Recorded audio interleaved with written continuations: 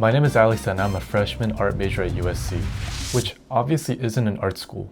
When I applied 2 years ago, my best results were WashU, USC, Tufts, and NYU. And today, I will give you a total no BS rundown of what I wish I knew when I was applying.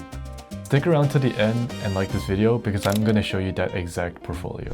First, let's look at the process overall. Most schools have you submit through Common App, where you spend hours filling out personal and academic info. And then you submit a separate portfolio through a portal called SlideRoom. Here's what I want you to do. Go play around in SlideRoom for a bit before you actually start submitting. You really need to start thinking like an admissions officer. If your artwork is blurry or low quality, just imagine that is someone's first impression of your work.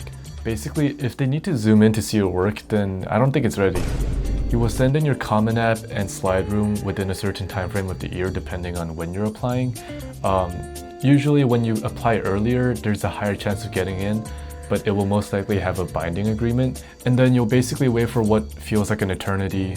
You'll be checking A to C's admission league calendar every morning. And finally, you will receive your results. You will probably have both heartbreaking and happy moments, but hey, at least it's over. Now, here are my 3 golden pieces of advice. Number 1, have a visual motif.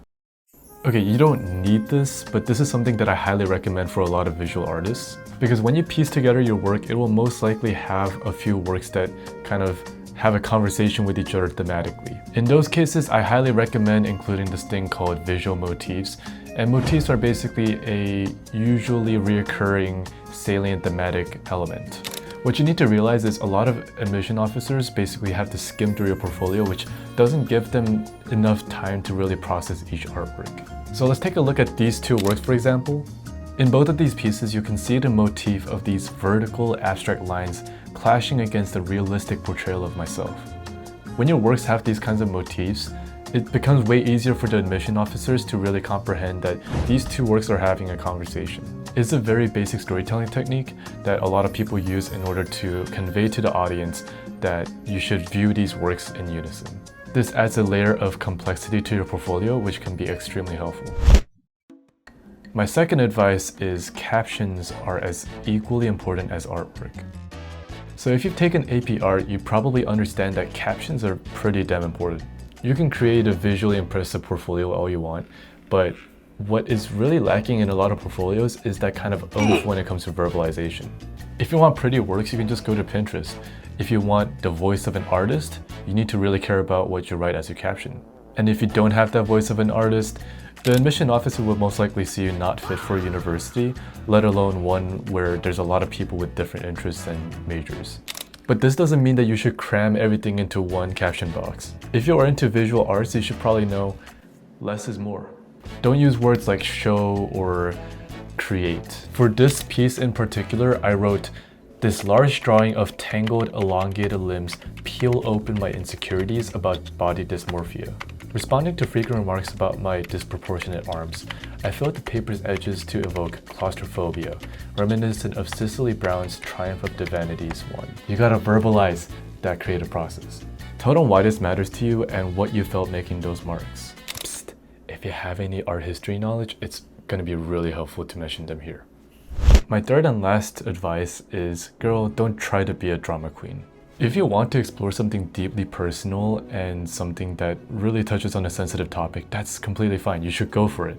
But you should be really smart about it because a lot of people end up making works that are immensely personal to them, but they forget that there's an audience to this process. By lacking self-exploration and any kind of visual or thematic depth, the admission officers will think that you're just haphazardly putting all these pieces together to try to mimic an emotion. Look, the biggest reason why I'm giving this advice is not because you should feel ashamed for having all these strong emotions. It's a very powerful tool if you can use it.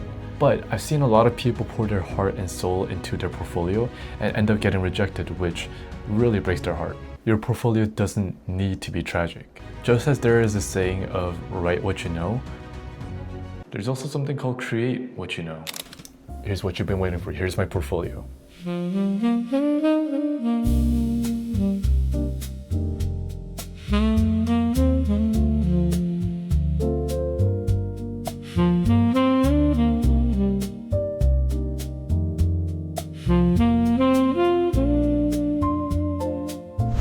On a final note, I think that USC Roski is one of the best decisions I've ever made.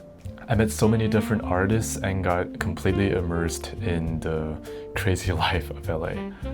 Being an art student who's also an international student at a non-art school in the US means I get completely inspired by so many different people from different cultures and different areas of interest. And honestly, that's also a part of why I'm making these videos, because I want to give advice to more people like me who are art students or international students who want to apply to college and get into their art program of their dreams. So if you enjoyed this video, please make sure to subscribe. If you have any questions about any of the things I've mentioned in this video today, please let me know in the comments down below, and I'll try to respond to them as much as I can. But anyways, like this video so that I can create more, and thank you.